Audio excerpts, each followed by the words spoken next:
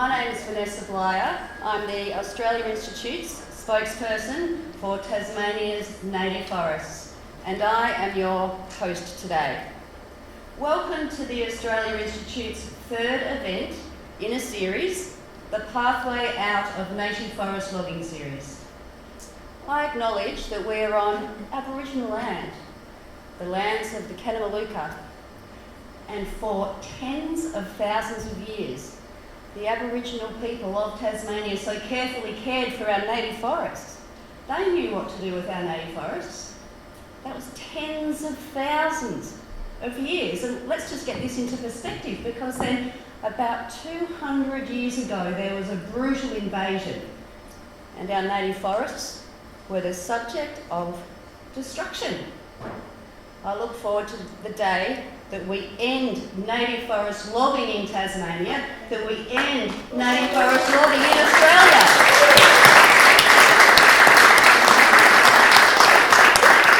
That we follow the path of Victoria, that we follow the path of Western Australia, and that we then return our native forests to the management of the Aboriginal people again. I also would like to welcome you on behalf of the Australia Institute. Now, another reason for applause is that this year is the Australia Institute's 30th anniversary. Now, for 3 decades, the Australia Institute has been the country's leading independent think tank, driving public debate. In 2017, the Australia Institute opened its Tasmanian branch. And during that time, the Australia Institute has worked hard on integrity in politics, in salmon farming, which sadly sits alongside native forest logging with one of the worst things that we are doing to our natural environment and shouldn't be. And the Australia Institute has been working on native forest logging, looking at the climate impacts, the social impacts, and the economic impacts of it, and very quickly did the research, did the evidence identify that we need to end native forest logging now. Now, as I mentioned, this is the third event in a series. The first event was in November 2023, and I had the great pleasure of being in conversation with the Honourable Bob Davis. We talked about his time as Environment Minister in New South Wales, and his pathway out of native forest logging was to move native forests into national parks, protect them through national parks, and return them to the kind care of New South Wales Aboriginal people. And his legacy lives on today. The second event in this series was in January 2024, where I was in conversation with Alec Marr. Alec Marr was the last wood chip mill manager of the Triabunna wood chip mill. And he was involved in decommissioning that mill, one of the biggest wood chip mills in the world. And Triabunna has turned into one of Tasmania's tourism success stories. And it is thriving economically more than ever since that transition. And today, as I said, is our third event. And the pathway we'll be talking about today involves the Forest Pledge. An independent federal member from Mackellar, Dr. Sophie Sconce, is here with us today, and she is the creator of the Forest Pledge. She'll tell us all about it and why it is playing an important role in the pathway out of native forest logging. Joining us also today is Dr. Richard Dennis. He is the Australia Institute's Executive Director. He is one of Australia's leading economists. And he'll talk to us about whether logging of our native forests makes any economic sense at all. So without further ado, I would like to welcome Sophie and Richard to the stage.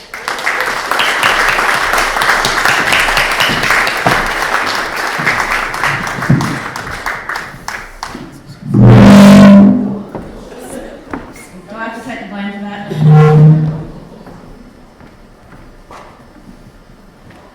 Well, thanks for being here with us today.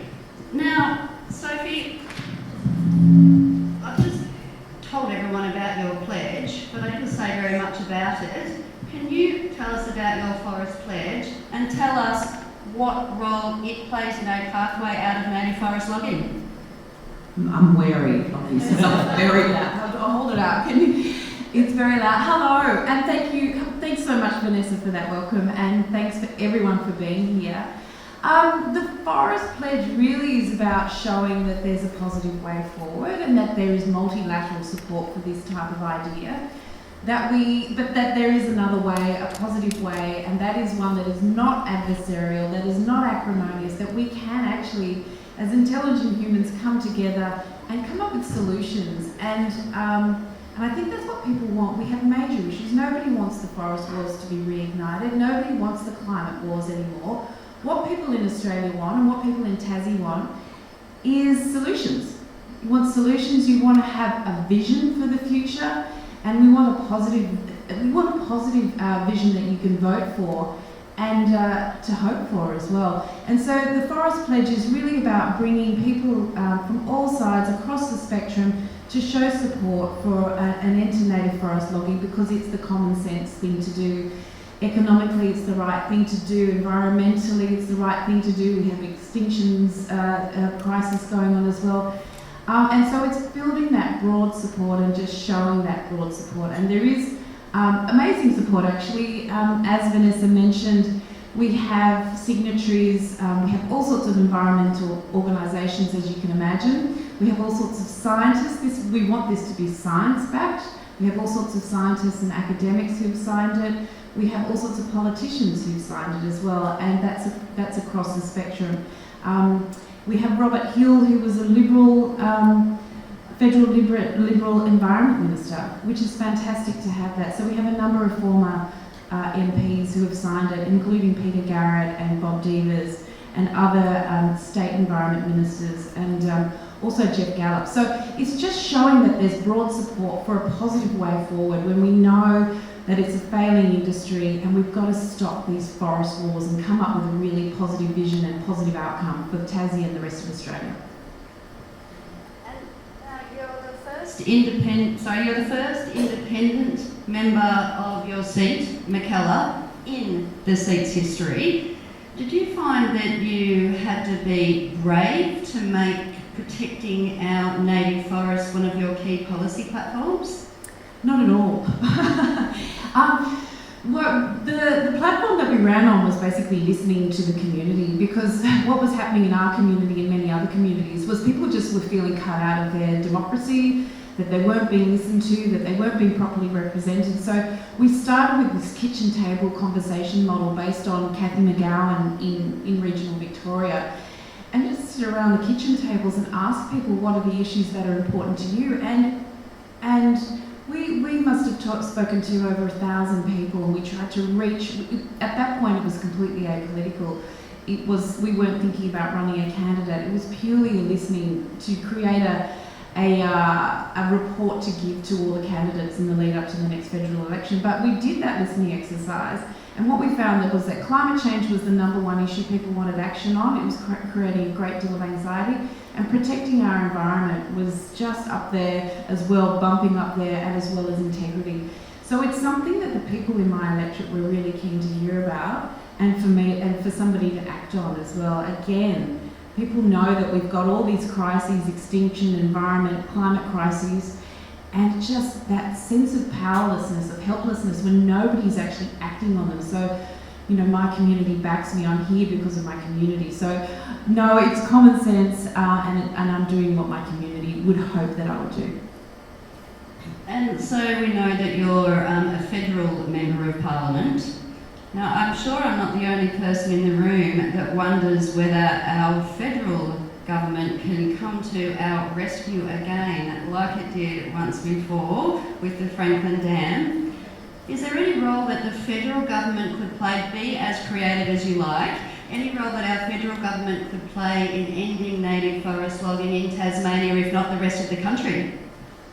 Yes, of course. Of course there is. And we have national environment laws, which we know are failing our environment at the moment. We had the State of the Environment report, which was released in 22, and it really made for dire, it was depressing reading. 19 ecosystems in Australia on the brink of collapse. And so everyone acknowledges, federal, states, everyone knows that there needs to be a change, that we need to strengthen our environment laws. That hasn't happened yet. We also have these regional forestry agreements which are exempt from our national environment laws, so they don't actually come in under our environment laws. So that also is something that needs to be looked at and changed. And I mean that's the federal government side of things. But if you took a common sense approach to this as well, Tasmanians have lost over the last 2 decades. Native forest logging has cost Tasmanians $1.5 billion. That's of taxpayer money, which could have been going to all sorts of other things, but it's a loss-making industry. It needs to be propped up with your money, with taxpayer money. And imagine what we could do. Although we're with the Australia Institute, there are other institutes as well that have done research on this, and the Blueprint Institute, which is a pro-market, independent, economically conservative think tank, did the modelling, did a cost-benefit analysis, and found if native forest logging was to end in Tasmania by 2025, it would save the state $72 million. And that's taking into consideration the transition package. There needs to be support federally so that we keep our timber communities thriving, that we give people job opportunities, and that we keep Tasmania thriving as well. But we have to have vision and a pathway out of this. So thank you for today's discussion. Well, thank you, Sophie, because aren't we lucky to have one of Australia's leading economists in the room? So, did she get it right, Richard? Oh, absolutely. I mean, the point of the reason that these forest wars continue is not to protect jobs, it's to protect those that are currently in power. This is not complicated, you know. Less than 1% of people in Tasmania work in forestry, and most of the forestry jobs aren't in native forests. So the whole point of this conflict is not to solve it. The whole point of it is to keep it going so that certain people and certain organisations retain the power that they have. I didn't invent the idea of divide and conquer, it's an oldie but a goodie. And that's what's happening yet again. And, you know, to read today's papers and see even the forest industry condemning the Liberal Party's proposal to reopen. And let's give credit where credit is due. That's the forest industry saying, why would anybody do that? And the answer has nothing to do with economics. The answer has nothing to do with protecting the environment.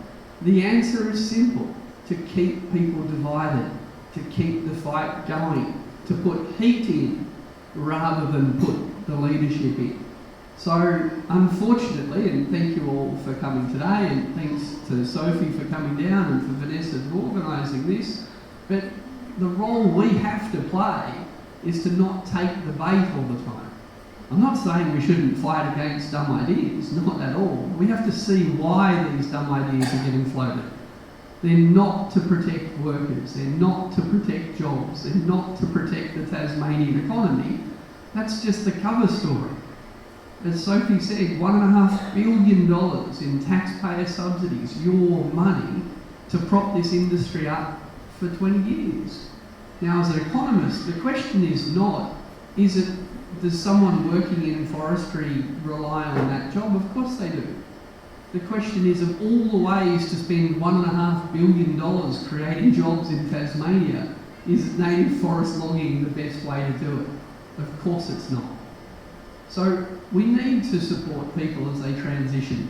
And as you well know, there's been multiple transitions in the past. We haven't got there yet. It's no accident that the Liberals have decided, oh no, let's go back in and pull out another 40,000 hectares. But the question that you all have to think about as voters, as citizens in a democracy is, why is it that so much public money is used to create so few jobs but so much conflict? It is not an accident, but really it's only the people of Tasmania that can stop that. Richard, you and I attended the Forest Economic Congress at Mona in the end of November 2023, and an idea that was pitched at the Congress is that we can stop native forest logging if it is attached to a market mechanism. Now, my view of the outcome of that Congress is that that idea did not get any traction. But why do you say that it shouldn't have? Well, there's simply no need. I mean, it's easy to lose money on a bad idea. Right? Why you'd keep going with the bad idea, I don't know. The destruction of native forest logging isn't creating any jobs of any significance. Like I said, 99% of people not working in forestry. It's costing taxpayers money, it's causing enormous environmental harm. The sooner you stop doing it, the better, full stop. You don't need to go into complicated sort of carbon credit or other regimes to come up with a simple solution, like don't do bad things. You know how we stopped whaling? We stopped whaling. You know how we stopped asbestos mining? By stopping asbestos mining. This is not beyond our wit. It's just, unfortunately, I would argue that the sort of carbon credit thing is this distraction for multiple reasons. One, to get rich quick scheme for some people, but two, it's a great reason to make something simple seem complicated. And if it's complicated, maybe that's why the fight goes on and on and on and on. But you know, if you want to stop something, you stop it. And it's not beyond the Tasmanian Parliament to do that. It's not beyond the federal Parliament to do that or to make that easier for your state to do that. And all of these other whatabouts, I would suggest, are designed to make the simple seem complicated. It is not expensive to stop native forest logging in Tasmania. It is not only cheap, you'll have more money after you stop subsidising all that destruction. And you can spend that money on other things that will create more jobs. Complicated stuff, huh? Now, Sophie, looking around the room, I can see some elected representatives and I can see some candidates who are not currently elected. And you've now been in the federal parliament for some time. What's your tips and tricks about how people who are elected in Parliament in the state of Tasmania can advocate for an end to native forest logging through the legislature? Through the legislature. I think, again, like Richard is saying, just, I think first and foremost, the thing for me is to keep it really simple, and that is just go out and speak to people. And I think you find, and you've got to connect and find common ground, and finding that common ground is really important. And what people want in this state is a thriving economy, jobs for people. We want more than just, people want more opportunity, basically, than only having an opportunity to go into logging. So it's that. So there is always a connection, people agreeing where you start from. So I would just say that when you start, I'm not going into legislature, I'm sort of going into being a community independent, but it is finding that connection. It is finding which way you want to go forward, and then building on that. So I'm talking from a federal level, and number one is strengthening our national environment laws, and that is happening at the moment. There's many, many pillars. Apparently it's very complicated work, but again, it just needs to be simple. It needs to protect the assets that we have. And Tasmania has probably one of the most extraordinary, valuable, precious, beautiful assets that any other country around the world would be. Exactly. That any other country in the world would be, die for. And it is the forest. And you think about going forward into the future, that is where your prosperity is going to come from. You will have people from around the world wanting to visit Tasmania, and that's where jobs lie. So, talking from a federal point of view, we do need to talk about legislature. It's strengthening our national environment laws, and hopefully bringing a climate trigger into those as well. I would like to see a land clearing trigger as well in that type of laws, but one that also thinks about the future of. The other thing that's coming that Senator Pocock is bringing in is that duty of care to future generations as well. So when these decisions are being made, there does need to be a consideration of what this means for both our children and future generations, people who aren't even born yet. The other thing I would like to say is this type of visionary leadership So you're not just fighting these really short-term battles where you're just trying to hang on to power. If you don't have any policies, let's create division because that'll get us back into power, and you want power for power's sake. I think that type of politics happens when you don't have a vision.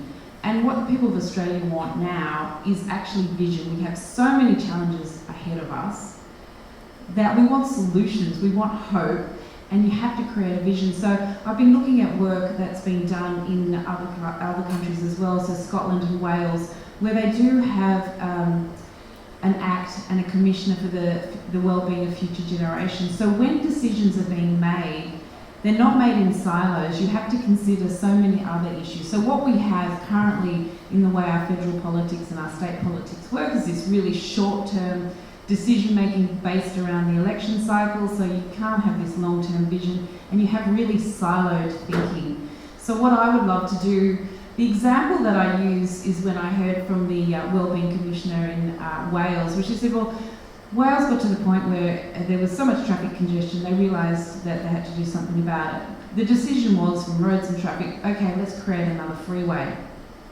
But this new framework came in so that you don't have siloed thinking. You have to consider the health implications of that, the climate change implications, the public health, the community, all the health and well-being of the community, the economic implications. So they all have to come into the decision-making process as well. And when that happened, a completely different outcome came, and they instead grew public transport infrastructure in that country. And so it's that type of thinking that we need to get. So yes, we do need change in legislation, which we're working on, and we're working on hard, but we also need to really flip the way we do politics completely, and leadership. Thank you, Sophie. Now, I just think I'm being a little bit unfair because I'm asking all the questions, so how about we go to the floor? I'd like to introduce you all to Janet Shelley. She's going to take the microphone, so please put your hand up to Janet and she'll come to you with one.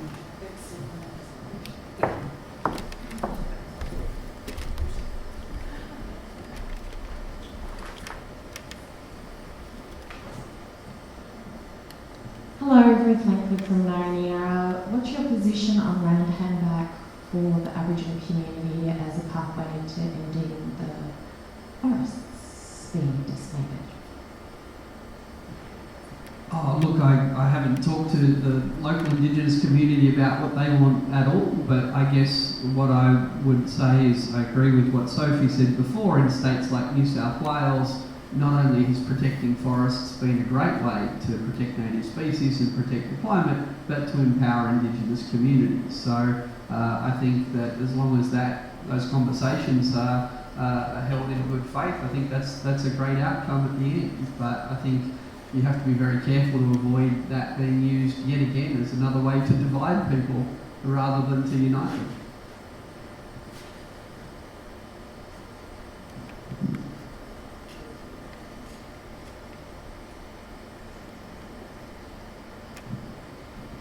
I am Jack Davenport. I'm an independent candidate for Bass, and you did talk about community and advocating community, but there's certainly been much more emphasis in Tassie around parliamentary pathways to resolve issues and less about community, and we do need to change that.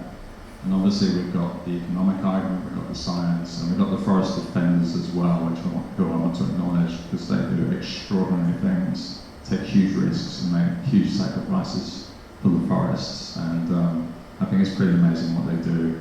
But I do also see that gap between the parliamentary and the community, and stepping beyond that, really how to get people to a point where it becomes a factor in their vote.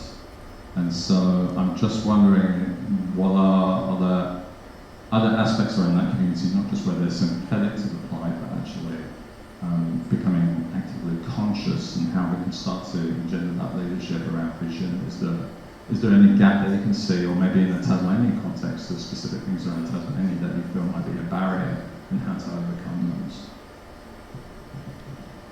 Thank you so much. I think you're asking me, how do you translate what maybe or how do you engage the community in these types of debates, and then translate that engagement into policy. And I would start with that listening process, that really simple process, sitting down where you don't have the agenda, where you just ask people what are the issues that are important to you, and then go from there. And then what solutions would you like to see? It's just asking people or listening to people in itself is extremely activating and motivating. And when we did it, we were blown away by how, excited people became, because this has never happened to them before, that somebody had actually asked them what was important to them. The other thing that I'm trying to work on more as well is we're just trying to bring community back into this decision making. So one of it is communicating back what you're doing so people feel involved, but also with housing is obviously, as another example, housing is a massive issue, the housing crisis in my electorate as well. And we need to move forward. We've sort of stagnated, and there's a particular type of rhetoric that is allowed, but we're not. It's been there for the same thing, 2 decades, and nothing much has changed. We still have this housing crisis now. So doing deliberative democracy, which is a representative sample of your electorate, making sure they listen from all the experts from across the spectrum, and then coming together to come up with solutions. I think that is a truly a genuine way to engage people when they're engaged in coming up with solutions, and then communicating that as well to their representatives, and their representatives taking that on and taking it into Parliament and arguing for it. I mean, we are representatives of our communities, so it has got to come down to listening. And when you're as an independent, you can do that really genuine listening and genuine representation. So I find it really powerful in that regard. Can I just add, and firstly, just in case you don't realise, Sophie won one of the safest Liberal seats in the country at the last election. Was your swing 15%? 16%? 14%? It was on a 14% margin. She had a 17% swing against the Liberals, 17%. And I met Sophie during that campaign at events like this that were just extraordinary. I'd never seen events like them that were being organised again and again by other community members that Sophie, as a complete outsider walking in, was involved in. So democracy thrives on high expectations. You hear so much about how politics is broken and democracy is broken and it's all broken and we can't fix things. That is the best way to keep things the way they are. It is not an accident that so many people spend so much time telling you that it's broken and it can't work, because that lowers your expectations. It lowers your neighbours' expectations. It lowers your community's expectations. So rather than actually thinking, hey, something stupid's happening, we ought to fix that, it's like, oh, they're all the same, all those politicians, they're all broken, they're all stupid. That's exactly the way you keep dumb things happening. That's how you hang on to $1.5 billion a year in subsidies for something that no one wants. Right? They're not stupid, the people that are telling you there's no choice. The people telling you there's no choice are the people that like things just the way they are. And it's hard to kind of muster up the kind of enthusiasm that Sophie, or indeed any candidate running for change, running for something better, it's hard to muscle up and do that. But without it, literally nothing will change. So, yeah, to kind of put what Sophie said and put the question in a bigger context, Donald Trump isn't the favourite to be president in the US because he's offering a better country. He's not promising to fix anything. He's just telling people who to be angry at. He's just telling people to hate their lives and blame someone. And if you hate everybody or you hate your life, vote for him. Now, he may well become president again. But to be clear, he's not talking about policy. He's not talking about fixing anything. He's just whipping up people's feelings. And that's the point of these forest laws. It's not to protect jobs. It's to protect the way things currently are. Change is hard. But in a democracy, look around. You're not alone in wanting. I'm just wondering, I think most of us here agree on the terms of Indian forest, native forest logging. How do we maybe engage other part of our community to join the same conversation as well. Thank you so much for that question. Again, I haven't got a long experience with this. I was a GP up until recently, but I think the lesson I learned as a GP is the most important thing you can do is listen. So again, yeah, you're listening. But also just talking. I think it's really important. What we did in our campaign was give people the permission to talk about the issues that were important to them, because we're all terrified in many ways because there has been so much conflict. We're all terrified of talking politics. We grow up being told that it's culturally unacceptable to talk politics, religion and money. But in actual fact, politics is just what is important to you. We talk politics all the time. You know, somebody's saying, oh, you know, I hate it when the dog, you know, people's dogs, whatever, you know, run on the beach. That is politics, you know.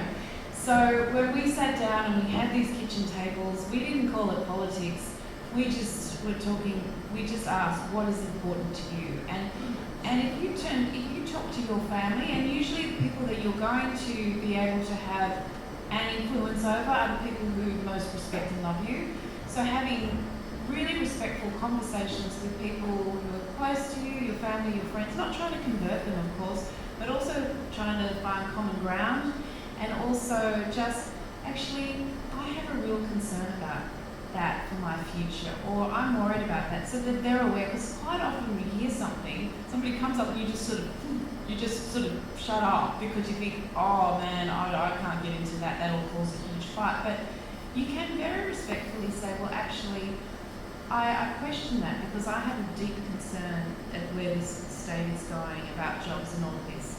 But it's not always to convince, but it's just to be true to what you believe, I think, and have those gentle conversations, but true to yourself. It's such an important question, and you know, I speak at a lot of events. The Australian Institute organises a lot of events. I think the Australian Institute's got 20 events on this month, and it's rare that I'm at an event where someone doesn't say, "Oh, it's great that we're all here, but why don't you go talk to other people?" It's like, well, because you only came to this. No one's going to follow me around, and no one's following Sophie around to see how many rooms she's in talking to so many people. So again, I said look around, but don't think these are the only people in the country that share your concerns or share your interests. And yeah, to Sophie's point, I guess one of the questions that I find, I don't know, not frustrating, a bit sad. Often, you know, someone will say, "Oh, it's great, you know, you're talking to an event like this, but you're preaching to the converted." Like, well, most churches would have gone broke if they didn't preach to the converted. Go to any church on Sunday, you'll find a few converted people there.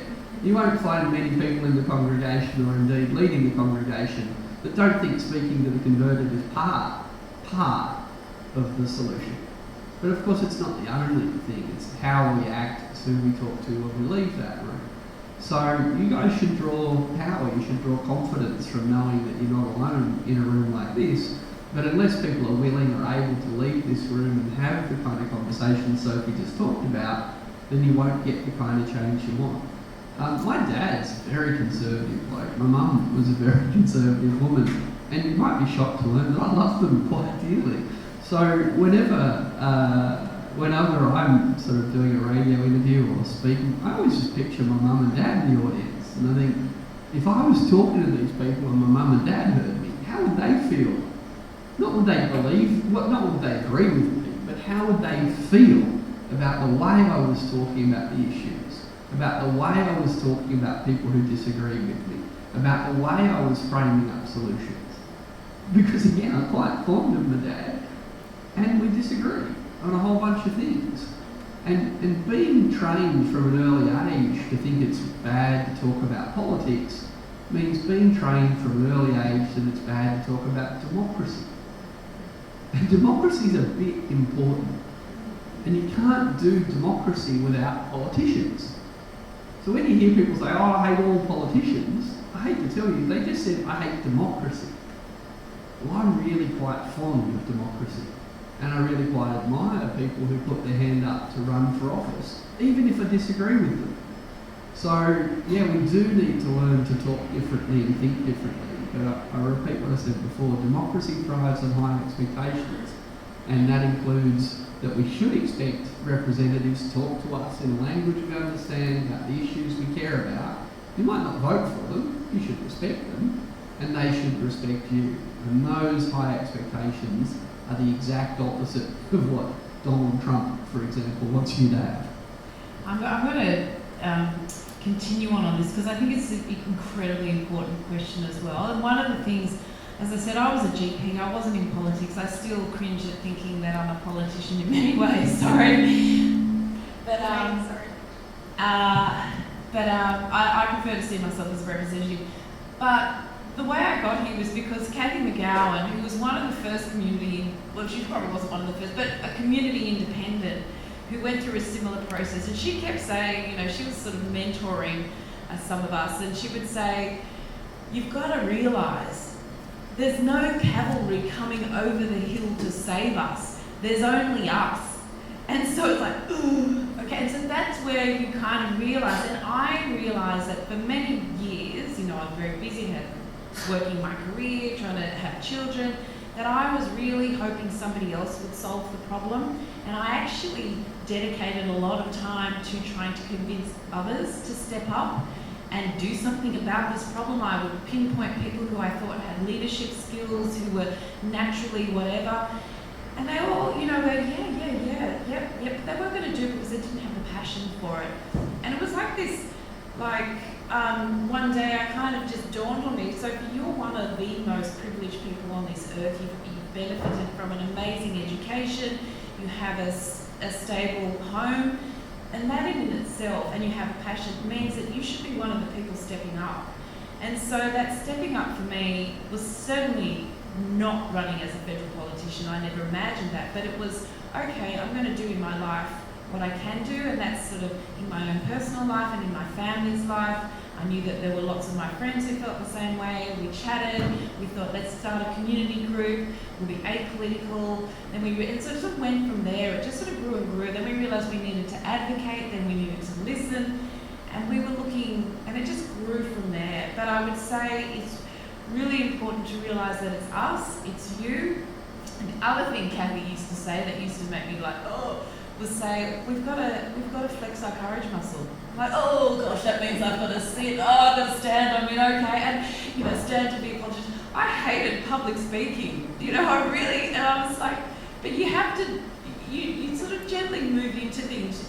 It's okay to feel uncomfortable, and I think sometimes, you know, these conversations about what's important to you can be uncomfortable, but again, if you do it with respect and gentleness and trying to find common ground, that is such a positive way forward. And also, you know, thinking carefully about what type of positive future you want and selling a vision for this country rather than just smashing stuff down is really important.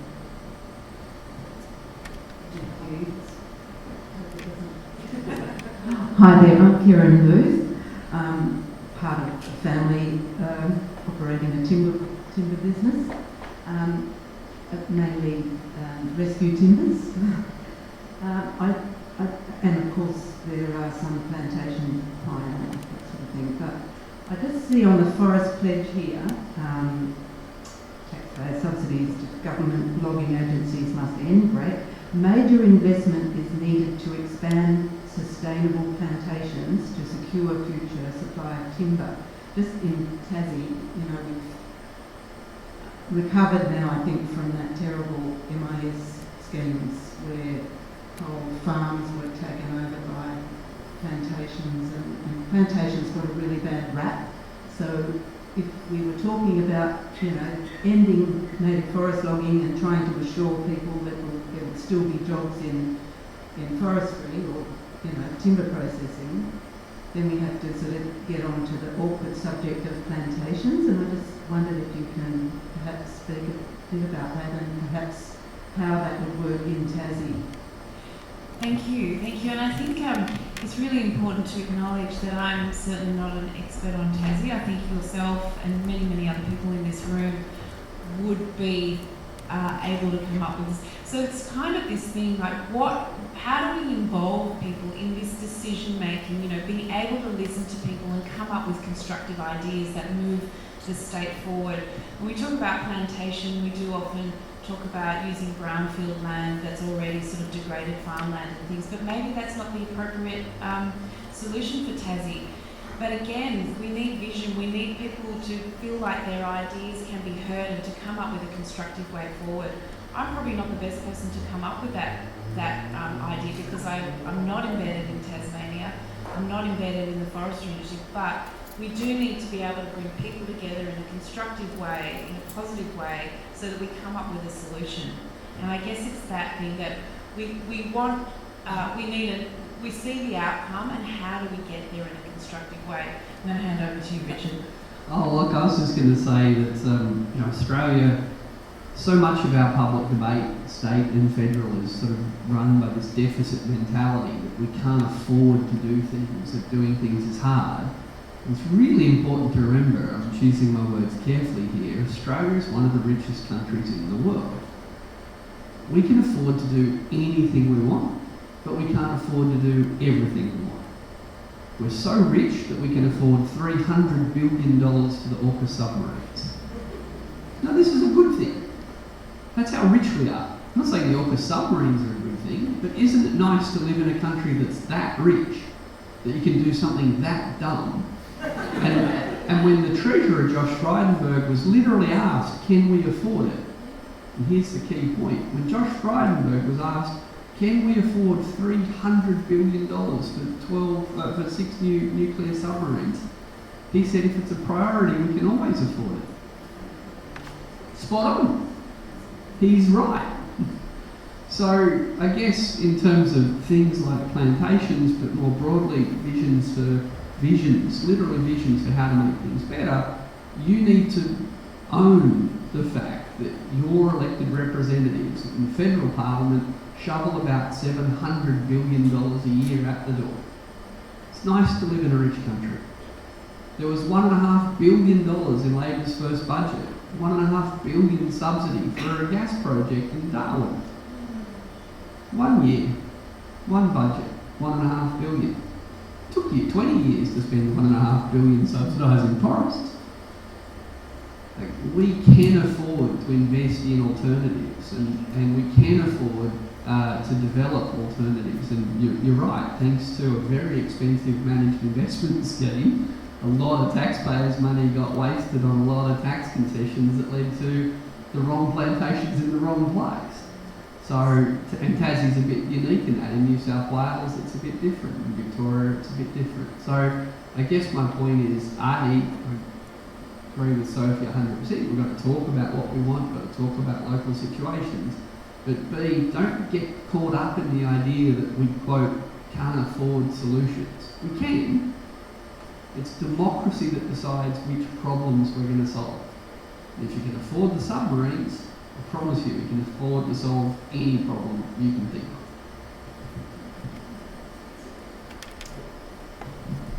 of. Peter Wish-Wilson, Green Senator for Tasmania. Part of a very proud movement, 50 years fighting for native forests every day, and we still do. My question to you, Richard, in fact, it's kind of covered off by Karen, whose partner Kim Booth was the Greens member for Bass for many years, a sawmiller, and understood this industry better than most. In terms of fibre, we know a lot of plantation logs, whole logs are exported overseas, so we don't get to use them here in Australia, and certainly not in Tasmania. What potential do you see for crops like hemp, which can provide very cheap and sustainable sources of fibre going forward? And lastly, do you think the focus we've had in recent years on targeting the end markets for native forest timber is working, and do you think there's more we can do in that area? Yeah, look, great question. Let me sort of start somewhere slightly bigger. Again, Australia is one of the richest countries in the world. That's a good problem to have. But we're kind of rich almost despite ourselves. So to give you a sense of this, Australia is the largest exporter of iron ore in the world. We export more, we have a bigger share of the world iron ore trade than OPEC has in oil. Okay? We dominate global iron ore exports. depending on the year, we're the largest or second largest exporter of coal. And we export huge amounts of iron ore and coal to China, Korea and Japan, who turn our iron ore and our coal into steel, which we then buy off them. Genius!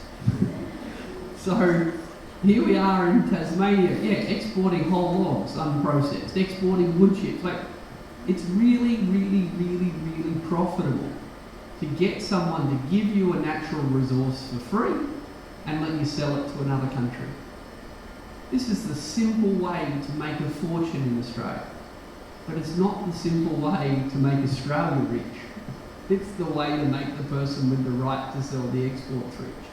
So, I guess, a broad answer to your question, Peter, is that I think we need to look a lot harder at why are we exporting whole logs, why are we exporting wood chips, why aren't we adding value to them? Again, if we subsidised furniture making instead of forestry, you would have a lot more jobs here.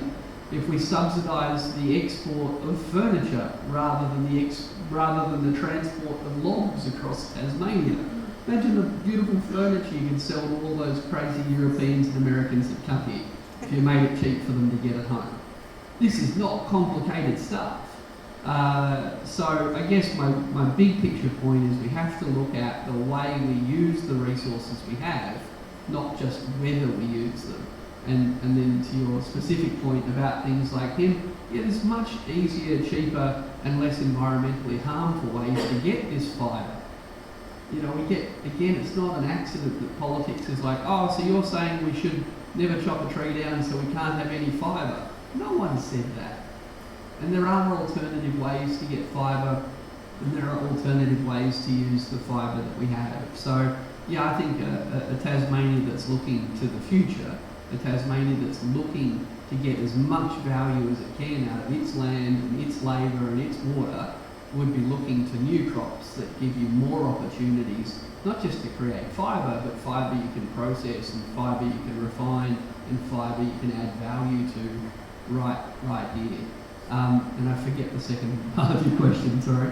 Targeting end users of native forest timber. Yeah, look, I think it's really important to target end users and make sure that people overseas understand that they know where their product is coming from. Because Australia's very good at greenwashing. Australia's very good at telling the world, we sell clean coal, we sell carbon neutral gas. I'm not making this up. And that all of the wood chips and all of the logs we supply are sustainably harvested. These are what we call lies. But no, it's hard work to call the lies out. It takes effort, it takes time. I think talking to end users, whether they're the consumers or the companies that are buying the products, it's a really important part of changing that story.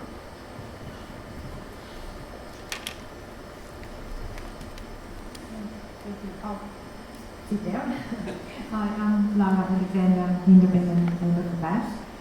My question is for Richard, but Sophie as well. I was born in a different country, and I was born in Eastern Europe, and quite often travelling back to see my family, I have witnessed a lot of depletion of the natural forests over there and other natural resources, and that's been as a consequence of some political and policy decisions that have been made in other countries. So, as a politician, we know we want to address a problem, but how do we ensure that how we address our problem at home is not creating mayhem in another country where legislation is not as tight and the greed, that the corporations' greed, it's easily transferable around the world. So I guess for me, it's, in a little bit of time I spent in politics, I've always looked at the decision being made at home, what repercussions would have in another part of the world where people would jump at making $1, and then you create another problem that invariably many years later will come back to bite us, because by destroying something there will come back to us. Thank you. What an important question. I guess there's a couple of things. The first one is that we should always be cautious when people say there is no alternative, or if you fix this problem, you'll just be making another problem worse. And that can happen. We often, we should think about unintended consequences, but we shouldn't be so afraid of unintended consequences that we're afraid to act. And the coal industry in Australia or the gas industry in Australia are a great example. There's no point changing what we do here in Australia because if we stop doing something bad, someone else will just do something bad. That's literally what they said in England when it was proposed to end the slave trade. Literally, if England stops facilitating the slave trade, someone else will just do it. So you call this the whack-a-mole problem in the US, that, if I stop, someone else will start. And again, it's keeping expectations low. It's telling you there is no alternative. Well, you know what? Australia ended whaling 30 years ago, and Norway still does a bit. But gee, I'm glad we stopped. Similarly, there's still asbestos getting produced around the world, but gee, I'm glad we stopped. So I think there's multiple ways to look at the question. The first one is literal. If Australia stops destroying native forests, will that just lead to more native forest destruction in other countries? No, I don't think so, because everyone here is talking about other ways to produce the fibre. We're talking about plantations, we're talking about hemp.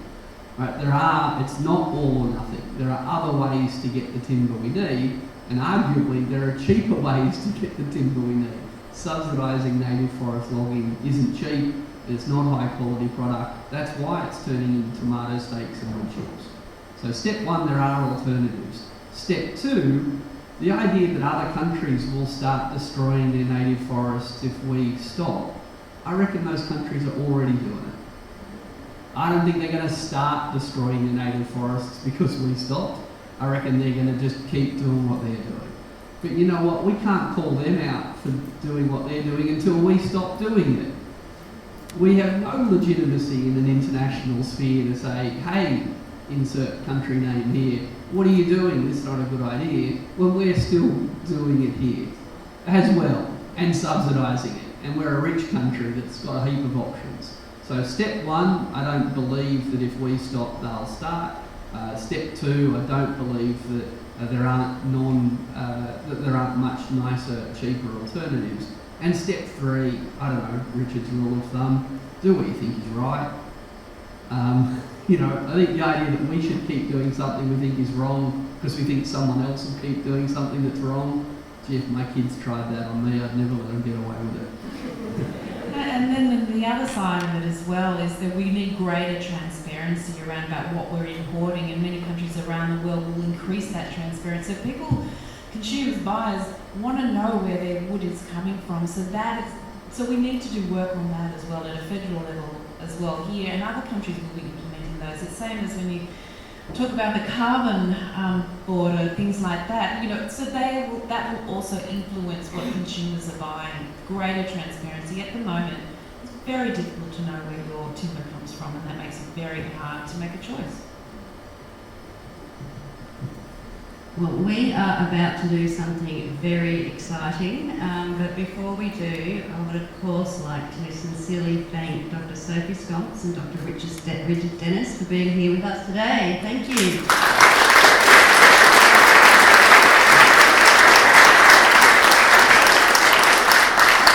And speaking of all those events that the Australia Institute is holding this month, I would like to just mention a couple coming up nearby. So tomorrow in Ulverston at 1 p.m, a panel of experts and community representatives will discuss salmon farming. So Louise Sherry is on the lineup. Then in Hobart on Tuesday evening, the Australia Institute will be hosting a panel discussion on integrity in politics. The Honourable Meg Webb, Solicitor Roland Brown, and Bill Brown will be there on the panel, and Eloise Carr, the Australia Institute's Tasmanian Director, will be hosting that panel. Now, the Australia Institute is an independent think tank. It does not take government money. It does not take money from big corporations. We are able to put on events like this from donations from people like yourself. So please visit the Australia Institute website and make a donation if you can.